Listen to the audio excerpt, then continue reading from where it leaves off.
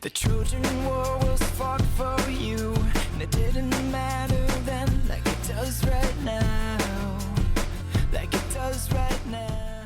The first thing you're going to need is just some modelling clay, and we're going to make it out into a triangle shape. Now you want to check that the width is just right, because it's going to be the very tip which is making your ear.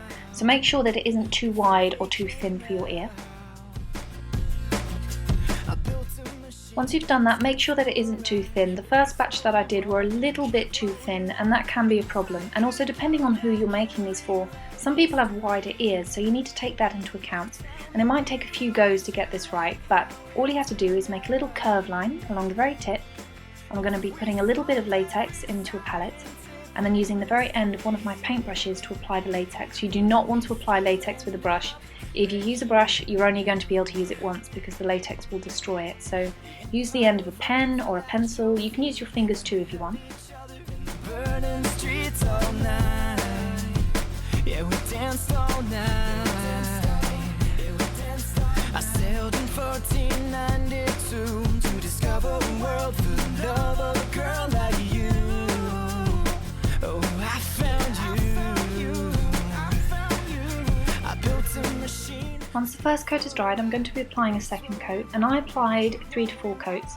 One little trick which will make these look a little bit more realistic is to take anything that you can use to hold the modelling clay. I used a pair of tweezers, and then while it's drying I tried to get it to hang upside down. There's different ways that you can do this. What I did is I put a little bit of blue tack at the very end of the tweezers and then just propped it underneath my mirror so that while it was drying, any spare latex went straight to the end of the ear where it would look a lot more natural. You don't want the spare latex to bunch up where the latex piece would connect to your ear. It wouldn't look very natural, and we're trying to go for something which will look a little bit real and not too fake. After it's dried, you want to use HD powder. You can even use talcum powder if that's what you have to hand. And you're going to put this all over the outside of the latex, and you're also going to put it on the inside as well. Otherwise what's going to happen is as soon as you peel it off, it's going to stick together and you're going to find it very difficult to get it off. So you want to cover everything in powder.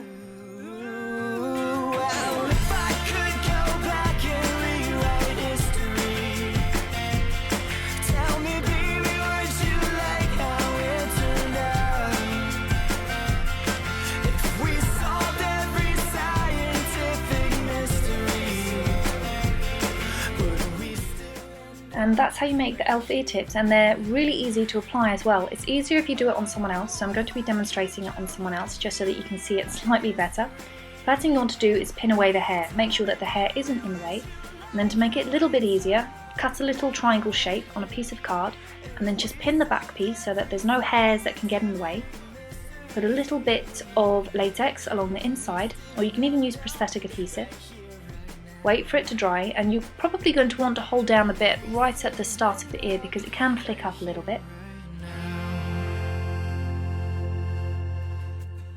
Once that's done, you're going to take a paintbrush and cover the edges with the latex. You're going to want to do 2 or 3 coats of this, and then we're going to cover it with a concealer. If you want to make it look a lot more realistic than what I did, use a lighter concealer and then make the ends a tiny bit pink as well.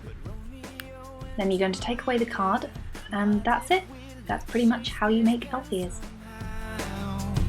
Before they came out, I built a machine. Let's go for a ride, race what we want and keep what we like. If I could